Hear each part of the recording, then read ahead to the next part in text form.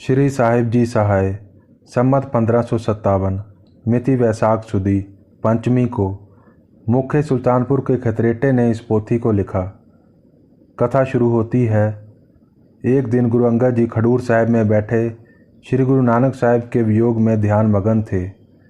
तब उनके मन में विचार आया, मेरे गुरु नानक साहिब तो पूर्ण पुरख थे, उनके और परमेश्वर के बीच कोई भेद नहीं था। कोई ऐसा सिख हो जो उनकी कथा सुनाए।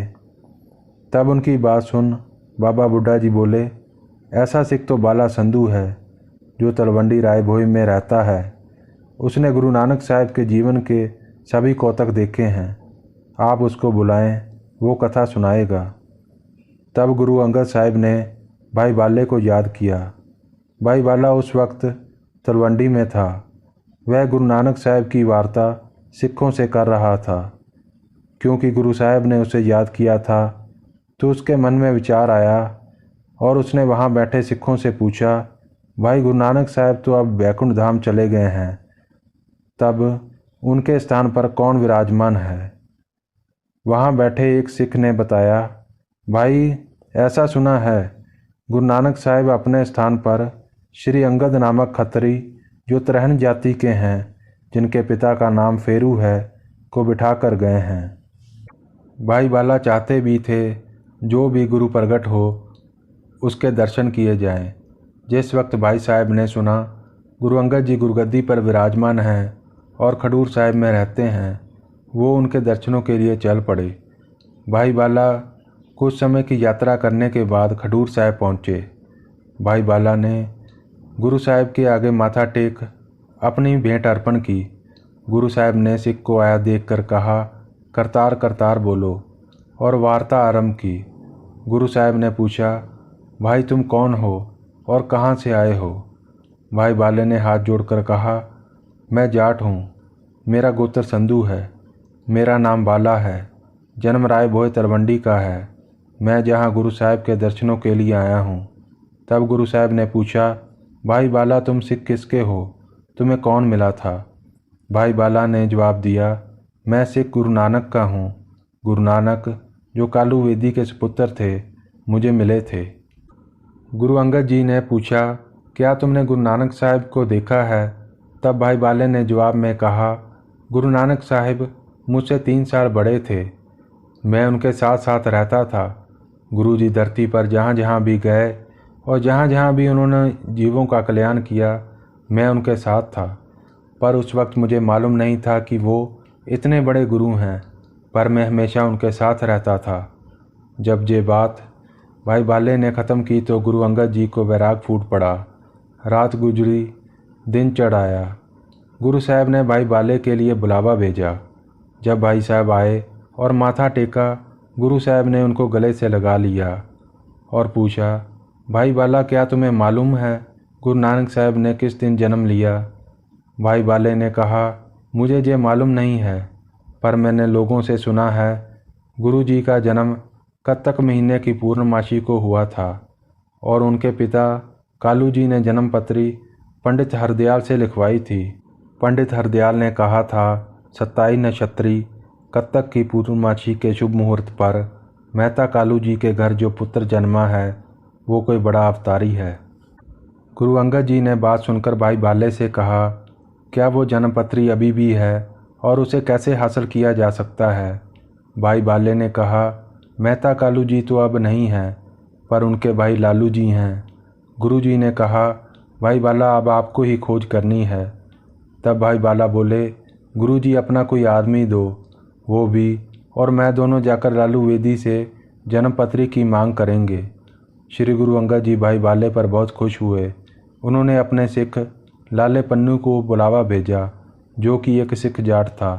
भाई बाला और लाला पन्नू दोनों तलवंडी को जाने के लिए विदा लेते हैं।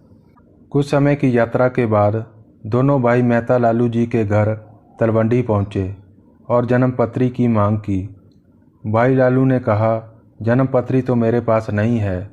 भाई बाले ने कहा, आप मेहता कालू जी के भाई हैं, आप ही घर में ढूंढिए, क्योंकि अब मेहता कालू जी और अम्मा बीबी भी चल बसे हैं, सो आपको ही ये काम करना होगा। भाई लालू ने भाई बाले से पूछा, पहले ये बताओ, आप तो गुरु नानक के मित्र रहे हो, सो बताओ अब गुरगद्दी अंगद के पास है या श्री चंद के पास है। तब भाई बाले ने जवाब दिया, अब अंगद ही गुरु हैं। गुरु नानक साहब ने 5 पैसे और नारियल रख कर उनको माथा टेक दिया था। भाई लालू ने इसके बाद जन्मपत्री की तलाश शुरू की। ढूंढते ढूंढते 5वें दिन उनको जन्मपत्री मिली। उन्होंने जन्मपत्री भाई बाले को सौंपी और भाई बाले ने लाले पन्नू को। जब वो वहाँ से विदा लेने लगे तो भाई मेहता लालू जी ने 5 पैसे और नारियल देकर कहा, ये मेरी तरफ से गुरु जी के लिए भेंट है, इसे उनके सामने रख कर माथा टेक देना और कहना, अगर श्री चंद जी कुछ बोले तो धीरज रखना। जन्मपत्री लेकर भाई बाला और भाई लाला पन्नू वहाँ से विदा हुए और कुछ समय की यात्रा के बाद खडूर खैरिया में गुरु जी के पास पहुँचे। जन्मपत्री गुरु जी के आगे रख माथा टेक कर भाई लालू जी की भेंट गुरु जी को दी। गुरु जी ने जन्मपत्री पहले आँखों पर लगाई, फिर सिर पर रखी। गुरु जी ने जन्मपत्री को खोलकर देखा तो पाया जन्मपत्री तो शास्त्रीय भाषा में लिखी गई है। तब गुरु जी ने कहा, क्या कोई ऐसा सिख है जिसे दोनों भाषाओं का ज्ञान है। इस पर महमा खैरा जाट, जिसके घर गुरु जी रहते थे, बोला, गुरु जी सुल्तानपुर में पैड़ा मुखा खत्री है, वो दोनों भाषाओं को पढ़ और लिख सकता है। भाई महमे ने कहा, मैं जाता हूँ और उसे ले आता हूँ। गुरु जी से विदा लेकर भाई महमा सुल्तानपुर पहुँचा और भाई पैड़े मुखी को लेकर वापस खडूर साहिब आ गया। भाई पैड़े ने गुरु जी को माथा टेका और जन्मपत्री पढ़कर सुनाई। गुरु अंगद साहिब सब सुनकर बहुत खुश हुए और भाई पैड़े से जन्मपत्री गुरमुखी लिपि में लिखने को कहा। भाई पैड़े मुखे ने जन्मपत्री गुरमुखी लिपि में लिखी और गुरु अंगद साहिब ने लिखवाई। ये गुरमुखी अक्षर गुरु नानक साहब ने बनाए और गुरु अंगद साहब ने जगत में बरताए। गुरु जी ने गुरमुखी अक्षर जगत के उद्धार के लिए बनाए, क्योंकि संस्कृत पढ़नी बहुत मुश्किल थी और गुरमुखी आसान। कलयुग के मोटी बुद्धि के जीवों को समझकर गुरु नानक साहब ने आसान भाषा गुरमुखी की रचना की, एक आसान रास्ता बना दिया। जो सिख श्रद्धा भाव से इस रास्ते पर चलेगा वो श्री परमेश्वर जी के परम धाम को प्राप्त होगा। एक ओंकार सतगुर प्रसाद। साखी श्री गुरु नानक देव जी के अवतार धारण की। श्री गुरु नानक देव जी की जन्मपत्री लिखने की विधि। श्री गुरु अंगद जी दीवान लगाकर बैठे और भाई बुड्ढा जी और सब सिख श्रोते भी बैठे। भाई पैड़ा मुखा लिखने लगे। सम्मत 1526। कार्तिक की पूर्णिमा को नानक जी ने जन्म लिया। एक घड़ी के ऊपर आधी रात बीती और उस समय अनुराधा नक्षत्र था। शुभ मुहूर्त में राय भोई भट्टी की तलवंडी में कालू वेदी के घर माता तृप्ता की कोख से हुआ। जब कालू को खबर हुई, कालू वेदी का पुरोहित पंडित हरदयाल था और वह कुल के गुरुदेव थे। कालू सुबह जल्दी उठकर हरदयाल के घर गया। वहां जाकर जब कालू ने पांदा जी को माथा टेका तो आगे से हरदयाल ने कालू जी से पूछा, इस वक्त क्यों आए हो? तो कालू ने बताया, बालक ने जन्म लिया है, तुम चलकर जन्मपत्री लिखो। तो हरदयाल ने कहा, तुम चलो, मैं पूजा करके आता हूँ। पंडित 5 घड़ियाँ दिन चढ़े मेहता कालू जी के घर पहुँचा। आशीर्वाद दिया। कालू जी पंडित जी को अंदर ले आए, बिठाया। पंडित जी ने बैठकर कहा, कागज और केसर ले आओ। तब कालू जी थाली में कागज, केसर, गुड़ और चावल ले आए। पंडित हरदयाल ने कहा, मुझे वे शब्द बताए जो जन्म के वक्त लिया गया। और क्या वक्त था? कालू जी ने कहा, जितनी मुझे खबर है, जब रात की 1 घड़ी और 2 पहर बीत चुके थे तब जन्म हुआ है, पर शब्द की मुझे खबर नहीं। पंडित हरदयाल ने कहा, जाओ अंदर दाई से पूछो। कालू जी ने दाई दौलता को बुलाया। जब दाई आई तो पंडित जी ने पूछा, बालक क्या शब्द लेकर जन्मा है? तब दाई दौलता ने कहा, मेरे हाथों बहुत बालक जन्मे हैं, पर ऐसा कोई नहीं जन्मा है, इसकी मुझे हैरानगी है। पंडित जी ने कहा, कालू जी, बालक 27वें नक्षत्र में जन्मा है। अगर पहले 2 पहर में जन्मा है तो शाहूकार होगा, और अगर पहले पहर की रात बीत गई थी और आज बड़ी पूर्वी रात है तो इसके सिर के ऊपर छत्र फिरेगा। पंडित जी ने कालू जी से कहा, मुझे बालक के दर्शन करवाएं। कालू जी अंदर जाकर बालक को ले आए और पंडित जी के पास बैठ गए। जब पंडित जी ने बालक को देखा तो वो खड़े हो गए और बालक को नमस्कार किया। कालू जी ने पंडित जी से बालक के लिए कोई अच्छा नाम बताने का निवेदन किया।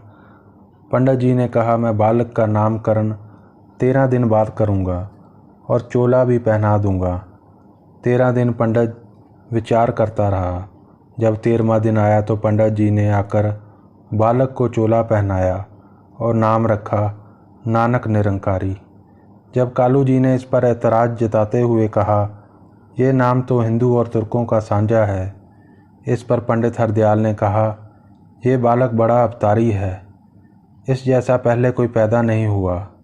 श्री राम श्री कृष्ण हुए हैं जिन्हें हिंदू पूजते हैं, पर इसे हिंदू और तुर्क दोनों पूजेंगे। इसका नाम जमी आसमान में होगा, इसे समुंदर रास्ता देगा, धरती भी रास्ता देगी और आसमान भी। ये एक निरंकार का जाप करेगा और बड़ा ज्ञानी होगा। 9 नाथ, 84 सिद्ध, 6 जति, 52 वीर, 64 जोगनी, भूत प्रेत, देव दानव, देवियाँ, ऋषि मुनि, पीर पैगंबर सब इसकी आज्ञा का पालन करेंगे। यह जगत के उद्धार के लिए आया है। यह कहकर पंडित लौट गया। कालू जी ये सब सुनकर बहुत खुश हुए। उन्होंने वसन गायें दान की। सब परिवार ने खुशी मनाई। माता तृप्ता को सब ने बधाई दी। साखी बालकों संग खेलने की। भाई बालाजी कहते हैं, जब गुरुजी 5 वर्ष के हुए तो उन्होंने बातें करनी शुरू की, बालकों संग खेलना शुरू किया। भाई जी कहते हैं, जब गुरुजी को जो भी चीज़ घर में मिलती वो उसे गरीबों में बांट देते। वे अक्सर लोगों के साथ भक्ति की बातें करते। उन्हें देख हिंदू कहते कि कोई देवता का स्वरूप प्रकट हुआ है और मुसलमान कहते कोई औलिया धरती पर पैदा हुआ है। जब गुरुजी 7 वर्ष के हुए तो कालू जी उन्हें पंडित जी के पास पढ़ने के लिए ले गए। कालू जी ने पंडित जी को शुभ मुहूर्त देखकर पढ़ाई शुरू करने को कहा। पंडित जी ने पत्री देखकर कहा, आज शुभ मुहूर्त है, आज मगर महीना, पंचमी तिथि है, वीरवार, रोहिणी नक्षत्र है। तब कालू जी सुपारी चावल और दक्षिणा प्रसाद लेकर घर से आ गए। पंडित जी ने गणेश जी की पूजा के साथ गुरु जी की पढ़ाई शुरू की। दिन बीता। अगले दिन गुरु जी पंडित जी के पास पहुँचे। जब पंडित जी ने गुरु जी को पढ़ने के लिए कहा तो उन्होंने पंडित जी से पूछा, आप पहले बताएं, आप कितना पढ़े हुए हैं। पंडित जी ने जवाब में कहा, मैंने हिसाब, गायत्री, दर्पण, वेद पाठ सब पढ़ा है। तब गुरु जी ने पंडित जी से कहा, ये सब पढ़ाई तो ऐसी है जैसे गले में फंदा डाल लेना है। पंडित जी ने पूछा, तो बताओ कौन सी पढ़ाई है जिसे पढ़ने से गले में फंदा नहीं पड़ता? अगर तुम जानते हो तो बताओ। साखी पंडित के साथ उपदेश की। सम्मत 1533 मगर सुदी 7वीं को श्री गुरु नानक देव जी ने पंडित गोपाल प्रति शब्द सुनाया। गुरु जी कहते हैं, पंडित जी, संसार की पढ़ाई ऐसी है जैसे दिए की मस, कागज सनीका, कलम काने की और मन लिखनहार है। तो क्या लिखा? उसका लिखना भी कोई लिखना है जिसे लिखकर बंधन पड़ जाएं, विकार उपजते हैं। और जो सच का लिखना है वो ऐसा है जैसे माया मोह जलाकर मस बना लिया हो। जो अंतर भाव में प्रीत है उसे कलम बना लिया हो। बुद्धि की निर्मलता और शुभ विचारों को कागज बना लिया हो। संतों गुरुओं को पूछकर परमेश्वर का नाम लिखा गया हो। भगवान की उपमा लिखी हो जिसे लिखकर विकार मिट जाएं और तन मन सुखी हो जाए। ऐसी शिक्षा दे सकते हो तो दो, नहीं तो रहने दो। पंडित जी, तुम्हारा आत्मिक जीव परलोक में होगा। ये शिक्षा परमेश्वर के नाम का जस तुम्हारे हाथ में निशानी होगा। पंडित जी ने यह सुनकर कहा कि तुमने ये सब बातें कहाँ से सुनी हुई है? तुम तो अभी बालक हो, पढ़ने आए हो। ए नानक, मुझे बताओ, जो परमात्मा का नाम जपते हैं उन्हें क्या फल प्राप्त होता है? गुरु नानक जी ने कहा, जहाँ जहाँ जीव जाएगा वहाँ वहाँ उसे परमेश्वर का नाम जपने का पुण्य प्राप्त होगा। उसका अदब होगा, मंगल होगा, सब सुख प्राप्त होंगे। जिन्होंने परमेश्वर का नाम सिमरन किया है उनका दरगाह में बड़ा प्रताप होगा। ये बात सुनकर पंडित जी बहुत हैरान हुए और उन्होंने कहा, एक जो परमेश्वर का नाम लेते हैं उनको कोई जानता नहीं, रोटी कपड़ा भी नसीब नहीं होता, और जो परमेश्वर को नहीं जानते वह सुख भोगते हैं, राज करते हैं, वो किसी परमेश्वर से डरते भी नहीं हैं। इसका वृत्तांत कहो। तब श्री गुरु नानक देव जी ने कहा, पंडित जी, एक आता है एक जाता है, एक शहंशाह है एक पातशाह है, और एक उसके दरवाजे पर भीख मांगता है। जो राज करते हैं, सुख भोगते हैं और प्रभु का नाम सिमरन नहीं करते, उनको ऐसी सज़ा मिलती है जैसे गेहूं के दानों को चक्की सजा देती है, जैसे तेली तिलों को सजा देता है, जैसे मदानी दूध का मत कर देती है, जैसे कपड़े को धोबी सजा देता है। सो पंडित जी, उनको ऐसी सज़ा मिलेगी। और जो परमेश्वर का नाम सिमरन करते हैं, मांग कर खाते हैं, उनको परमेश्वर की दरगाह में बहुत मान मिलेगा। वार्ता सुनकर पंडित हैरान हो गया और उसने कहा, तुम बहुत बड़ी भक्ति वाली बातें करते हो, अभी तो तुम बालक हो। तब गुरुजी ने कहा, उस परमेश्वर का डर मुझे ऐसा है कि मेरी बुद्धि भी उसका डर महसूस करती है, मेरा दिल भी कांपता है। जो बड़े सुल्तान खान हैं वो यहीं मरकर खाक हो जाते हैं, जिनका हुक्म इस धरती पर चलता है यहीं मरकर खाक हो जाते हैं। पंडित जी, मैं किससे स्नेह करूं? हम सब बस शरीर को एक दिन छोड़ जाएंगे, ये शरीर भी खाक हो जाएगा। सो इस संसार में स्नेह करने की बजाय साहिब की बंदगी करनी चाहिए, जो सबको पैदा करता है, पालता है और फिर ख़त्म कर देता है। इसके बाद गुरुजी घर को चले गए। अगले दिन गुरुजी पंडित जी के पास नहीं गए, घर में ही कागज़ लेकर चौकी पर रखकर बैठ गए, जैसे कोई पंडित कथा करने को बैठता है। अगर कोई बालक आकर खेलने के लिए कहता तो गुरुजी कहते कि वह पोथी पढ़ रहे हैं। एक दिन माता पिता ने पूछा, तुम कौन सी पोथी पढ़ रहे हो? तो गुरुजी ने कहा, मैं सतश्लोकी गीता पढ़ रहा हूँ। जब गुरुजी ने गीता का उच्चारण किया तो माता पिता बहुत प्रसन्न हुए। पिताजी ने कहा, हमें संस्कृत समझ में नहीं आती, इसके अर्थ करके सुनाओ। गुरु नानक बोले, पिताजी, श्री कृष्ण भगवान जी अपने प्यारे भक्त अर्जुन को उपदेश देते हैं, हे अर्जुन, ओंकार जो प्रथम अक्षर वेद में है और प्रणवी उसका नाम है।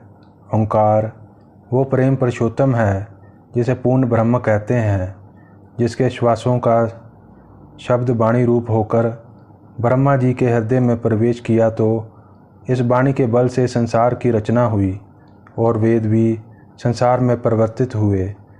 सो जो कोई भी ओंकार का जाप करेगा और मेरा ध्यान करेगा, वो प्राणी जब देह त्याग करेगा तो ब्रह्मधाम को प्राप्त होगा।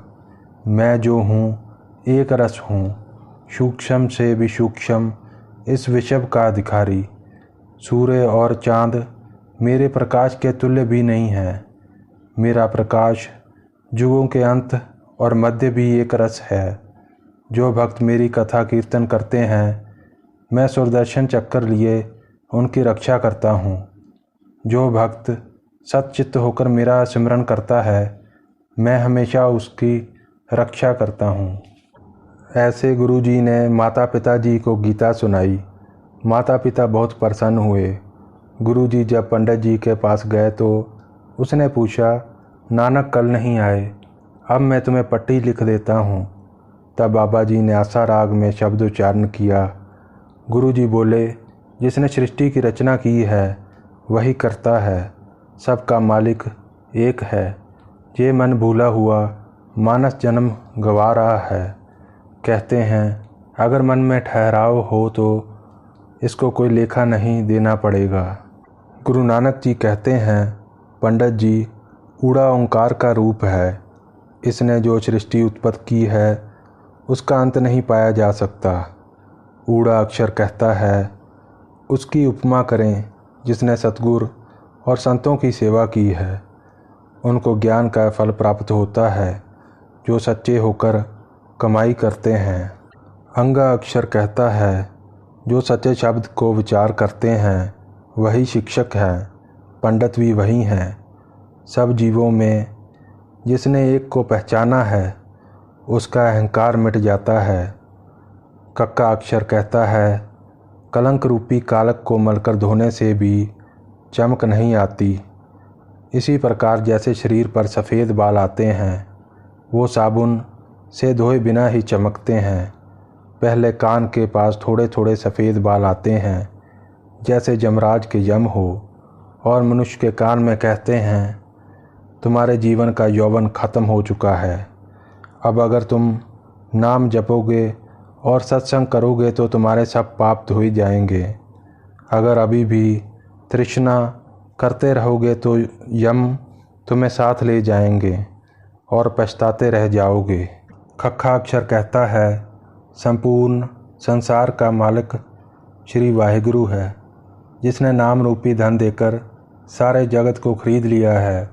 जो प्राणी सतगुरु के ज्ञान के बंधन में बंधे हैं उनको धर्मराय के बंधन नहीं बांध सकते। वो लोग सतगुरु प्रताप से निर्भय रहते हैं। गग्गा अक्षर कहता है, जितनी भी पृथ्वी और ब्रह्मांड रचे हैं ये जीव गोविंद के साथ गर्व करता है। जितने श्री रूपी बर्तन बने हैं वो ब्रह्मा रूपी आवे पर चढ़ाए गए हैं। ऐसे ब्रह्मा महाराज ने उत्पत्ति की है। गग्गा अक्षर कहता है, जिन जीवों ने सतगुरु के शब्द का सिमरण किया है, गुरु के शब्द के साथ लगे रहे हैं और जिन्होंने दुख सुख को समान समझा है, इस प्रकार साहिब को प्राप्त हुए हैं। चच्चा अक्षर कहता है, उस काल पुरख ने जीवों के विचार के लिए 4 वेदों की रचना की है, 4 खानी और 4 युग बनाए हैं। सब युगों में वो न्यारा है और पंडित होकर श्री वाहिगुरु जी का उपदेश करता है। छच्छा अक्षर कहता है, उस वाहिगुरु की माया की जो छाया है वो सारे जगत में बरतती है। महाराज जी की आज्ञा से ब्रह्म उत्पन्न हुआ है और ब्रह्म ने सब कुछ भुला दिया है।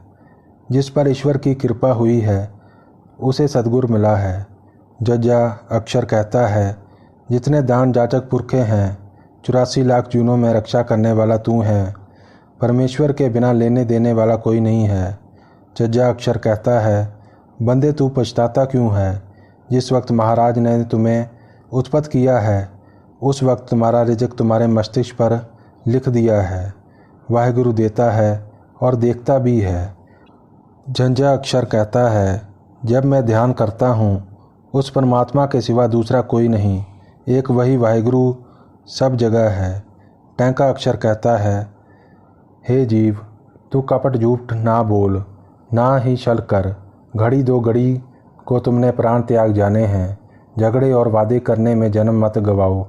कूड़ कपट को छोड़ दो, गुरु की शरण को प्राप्त करो। ठट्ठा अक्षर कहता है, जिसके हृदय शुद्ध हो गए हैं उनका निस्तारा होता है। वो ना जन्म लेते हैं ना मरते हैं। टड्डा अक्षर कहता है, अडंबर क्यों करते हो? जो कुछ दृष्टि से नज़र आता है सब चलायमान है। डड्डा अक्षर कहता है, परमेश्वर सबको उसारता है, बने हुए को तोड़ता है और टूटे हुए को बनाता है। जैसे उसकी मर्जी होती है वैसे ही करता है। जिसको कृपा दृष्टि करके ज्ञान देता है उसे निस्तारता है। नाना अक्षर कहता है, संपूर्ण में करतार बसा हुआ है। जो हरि के गुण गाता है वो ही उसे जानता है। जिसे वाहिगुरु खुद ही साथ संगत में मिलाता है। तत्ता अक्षर कहता है, अज्ञान रूपी संसार बहुत बड़ा है, उसका अंत नहीं पाया जा सकता। कोई किश्ती भी नहीं है जो पार करवा दे। बिना साथ संगत के सारा जगत डूब जाता है। जिसको तैरना होता है वो साथ संगत के साथ तैर लेता है। थत्था अक्षर कहता है, थान थनंतर सभी रोशनियों में परमेश्वर बसा हुआ है। माया का भ्रम सब झूठा है। जो वाहेगुरु का किया है सो ही भला है। दद्दाक्षर कहता है, किसी जीव को दोष क्यों दें, जो कर्म लिखे हैं वही भोगता है। सब जीव जो हैं उसके यंत्र हैं, जो संगीत पैदा करता है। वाहेगुरु वो यंत्र ही है, जिसे वह बजाता है वैसे ही यंत्र बजता है। दद्दाक्षर कहता है, अकाल पुरख ने पृथ्वी और आकाश को एक कला में बांध रखा है। सब जीवों के अपने अपने कर्म हैं, अपने अपने रंग हैं। नन्नाक्षर कहता है, सच्चा साहिब सर्वत का स्वामी, सर्व को भोगता है, सर्व का दृष्टा है। उसे कोई नहीं देख सकता पर वो सबको देखता है। पप्पा अक्षर कहता है, सर्व का मालिक वो जगदीश है। जगत को देखने के लिए उसने ये लीला रची है। सर्व को वही देता है और सर्व में वही बसा हुआ है। फफा अक्षर कहता है, संपूर्ण संसार ऐसा माया के जाल में फंसा हुआ है। यम की जंजीरों के साथ सभी बंधे हैं। गुरु की कृपा से ही सभी का छुटकारा होता है। बब्बा अक्षर कहता है, उस ईश्वर ने माया को प्रेर कर 4 युगों की 64 बनाई है। 84 लाख जूनों के खाने बना रखे हैं। खुद ही खेल खेलता है और सभी जीव जंतुओं को गोटियां बना रखा है। बब्बा अक्षर कहता है, जो सतगुरु के शब्द को ढूंढता है वही ज्ञान रूपी फल को प्राप्त होता है। जो अपने मन की करता है वो 84 लाख जूनों में भटकता है। मम्मा अक्षर कहता है, जो हृदय को शुद्ध करके नाम धारण करता है वो मधुसूदन रूप हो जाता है। माया का मोह अचरज है। जो प्राणों के प्रेम में पड़ के उसका चिंतन नहीं करता वो पछताता है। जज्जा अक्षर कहता है, जो सच को पहचान लेता है उसको जन्म मरण के चक्कर से मुक्ति मिल जाती है। सतगुरु का कहा गुरमुख पहचानते हैं और समझते हैं। वाहेगुरु सब जगह है, जानकर वैर विरोध छोड़ देते हैं। रारा अक्षर कहता है, परमात्मा सबके अंदर बसा हुआ है, जैसे पृथ्वी में जल। उसने ही सभी जीव पैदा किए हैं और उन्हें काम धंधों में लगा रखा है। लल्ला अक्षर कहता है, पूर्ण संसार को ईश्वर ने काम धंधों पर लगाया हुआ है। माया का मोह मीठा कर दिया है। मनुष्य खाता है, पीता है, हंसता है, पर परमेश्वर का नाम भूल गया है। बाबा अक्षर कहता है, वासना को रोककर जिसने इंद्र को जीता है, इस जगत को देखने के लिए सतगुरु का रूप धार लिया है। जो उसका हुक्म सच करके मानते हैं सो वह गुरमुख पुरुष हैं। राड़ा अक्षर कहता है, हे जीव झगड़े क्यों करते हो। जो कुछ महाराज का हुक्म है उसे मानो। जो महाराज का हुक्म मानता है उस पे कृपा होती है। हाहा अक्षर कहता है, जो ईश्वर ने जीव जंतु पैदा किए हैं और वही सबको रिज़्क देने वाला है। सतगुरु ने शब्द उच्चारण किया है, ईश्वर और गुरु के बिना और कोई दाता नहीं है। सब जीवों को उनके कर्मों के अनुसार रिज़्क पहुंचता है। ऐड़ा अक्षर कहता है, जिस अकाल पुरख ने सारी सृष्टि की रचना की है और जो उसकी मर्जी में है वो कर रहा है। गुरु नानक जी कहते हैं, हे पंडित जी, मैंने तुम्हें महाराज की महिमा का व्याख्यान किया है। तुम महाराज का ध्यान करो और धंधे की विद्या का त्याग कर दो। ये जो विद्या उपदेश के लिए सिखाते हो यही बंधन का मूल है। जो विद्या खुद को नाम की कमाई करने की शिक्षा देती है सो ही बंधन को खोलने वाली है। जब ये वचन गुरु जी ने पंडित जी को कहे तो पंडित जी ने कहा, हे कालू, चारों वेद जगत में गुप्त पड़े हुए थे। तुम्हारा पुत्र चारों वेदों को प्रकाश में लाने के लिए प्रकट हुआ है। इसके बाद गुरु जी जहाँ कहीं भी जाते वहाँ समाधि लगा लेते। मेहता कालू जी खाना लेकर पीछे पीछे जाते तो खाना साधु संतों को खिला देते। साखी मुल्ला के उपदेश की। जो कोई परमेश्वर के साथ मिलने की चर्चा करता तो गुरु नानक जी सदा तैयार रहते। गुरु जी की हर वक्त परमेश्वर के साथ लगन देखकर कालू जी बहुत चिंतित रहते। जब राय बुलार को इस बारे में पता चला तो उन्होंने कालू जी से कहा, आप चिंता मत करें, अपने पुत्र को मुल्ला के पास फ़ारसी पढ़ने भेजें। जब वो फ़ारसी पढ़ेगा तो वो खुद ही अक्लमंद हो जाएगा। अगले दिन कालू जी गुरु जी को लेकर मुल्ला जी के पास पहुँचे और उन्हें गुरु जी को फ़ारसी पढ़ाने की विनती की। मुल्ला जी ने कहा, आप फ़िक्र मत करें, मैं आपके पुत्र को अपना पुत्र समझकर पढ़ाऊँगा। कालू जी ने 1 रुपया नजराने के तौर पर मुल्ला जी को दिया। मुल्ला जी ने तख्ती गुरु जी को दी और अल्फ थी तक हर्फ फ़ारसी में लिख दिए और पढ़ने को कहा। पर गुरु नानक जी जो अंतर्यामी थे, जो चारों वेदों और कुतुबों और कुरान का ज्ञान लेकर उत्पन्न हुए थे, वो चुपचाप तख्ती को आगे रखकर बैठे रहे। जब मुल्ला ने देखा सब लड़के अपना सबक पढ़ रहे हैं और गुरु नानक जी परमेश्वर के ध्यान में चुपचाप बैठे हैं, तो उसने गुरु जी से ना पढ़ने का कारण पूछा। तब गुरु जी बोले, हे मुल्ला जी, मुझे आप क्या पढ़ा रहे हो? तो मुल्ला जी ने कहा, मैं तुम्हें अल्फ ती से लेकर ये तक सारे हर्फ पढ़ा रहा हूँ, इसके बाद और किताब पढ़ाऊँगा। तब गुरु जी ने कहा, ये हर्फ किस काम आएंगे? मुल्ला जी ने कहा, इसे पढ़े अक्लमंदी की समझ आती है। तब गुरु जी ने उन्हें अल्फ थी ये तक जो हर्फ थे सबके खुदा परस्ती के मायने करके सुनाए। मुल्ला जी बहुत हैरान हुए। उन्होंने कहा, आप तो सब कुछ पढ़े हैं, मैं आपको क्या पढ़ाऊँगा? इसके पश्चात मुल्ला जी कालू जी से मिले। उन्होंने कहा, आपका पुत्र बड़ा बली है, ये हिंदू और मुसलमान दोनों नवाजेगा। गंगा बनारस मक्का मदीना में इसकी कीर्ति होगी। इसके बाद जब गुरुजी मुल्ला जी के पास पढ़ने जाते तो उनके साथी जो उनके साथ खेला करते थे वो भी उनके साथ जाते। मुल्ला जी जो कुछ लिखते गुरुजी तुरंत सीख लेते।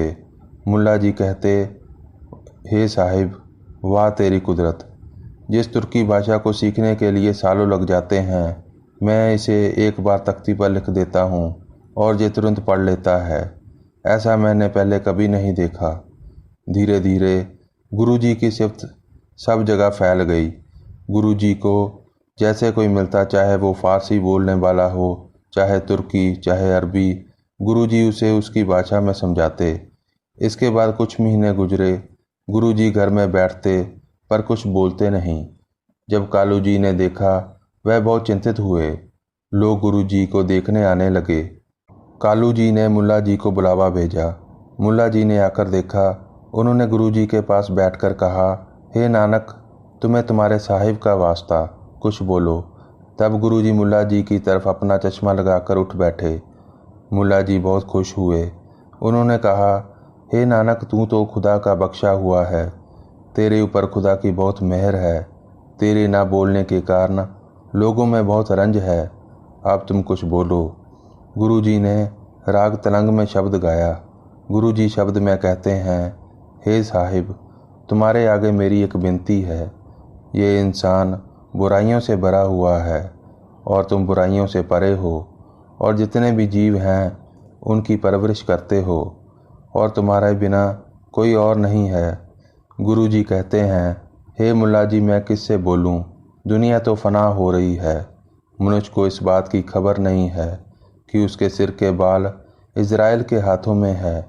उसे मरने की कोई खबर नहीं है और इसकी कोई परवाह भी नहीं है कि उसका क्या होगा। मुल्ला जी ने यह सुनकर गुरुजी को समझाते हुए कहा, अभी तुम्हारी उम्र बंदगी में पड़ने की नहीं है। जब जवान हो जाओगे तब जो दिल में आए करना। गुरु नानक जी ने कहा, हे मुल्ला जी, जब कोई साहिब का दास बनता है, चाहे उसकी उम्र कितनी भी हो, अगर वो साहिब की खिदमत ना करे तो हराम खोर है। गुरुजी ने कहा, जब अंत समय इज़राइल पकड़ेगा तो कोई भी सहायता नहीं कर सकता। परमेश्वर के बिना कोई भी नहीं छुड़ाएगा। गुरुजी ने कहा, सुनो मुल्ला जी, ये जो आदमी है वो 8 पहर में एक बार भी परमेश्वर को याद नहीं करता और अपनी ही बातों में मस्त रहता है। ऐसे एक घड़ी की नेकी भी नहीं प्राप्त होती। आदमी 8 पहर गफलत में रहता है और हर किसी का बुरा ही सोचता है और बदनज़रों से भी देखता है। बंदा गफलत में बेबाक हुआ फिरता है। सुनो मुल्ला जी, जो साहिब के बंदे हैं वह 8 पहर मरन को याद रखते हैं। मैं उनके पैरों की खाक हूँ। अगर वो मुझ पर मेहरबान हो, मेरी साहिब से विनती है, जो साहिब के चाकर हैं, मैं उनके पैरों की खाक बन जाऊँ। मेरे मन में गरीबी बसे। जब मुल्ला जी ने कहा, ऐसा लगता है नानक तुम साहिब से मिले हुए हो। अब सच्ची दरगाह में तुम्हें ही मेरा खसमाना करना है। गुरु जी ने कहा, मुल्ला जी आप साहिब को याद करा करो, तुम्हारा भी भला होगा। वहाँ दरगाह में हम तुम्हारी सहायता करेंगे। ये वार्ता सुन मुल्ला जी ने गुरु जी के चरणों में माथा टेका और अपने घर चला गया। गुरु जी के उपदेश से मुल्ला परमेश्वर का सिमरन करने लगा और अंतकाल भगवान जी के धाम गया।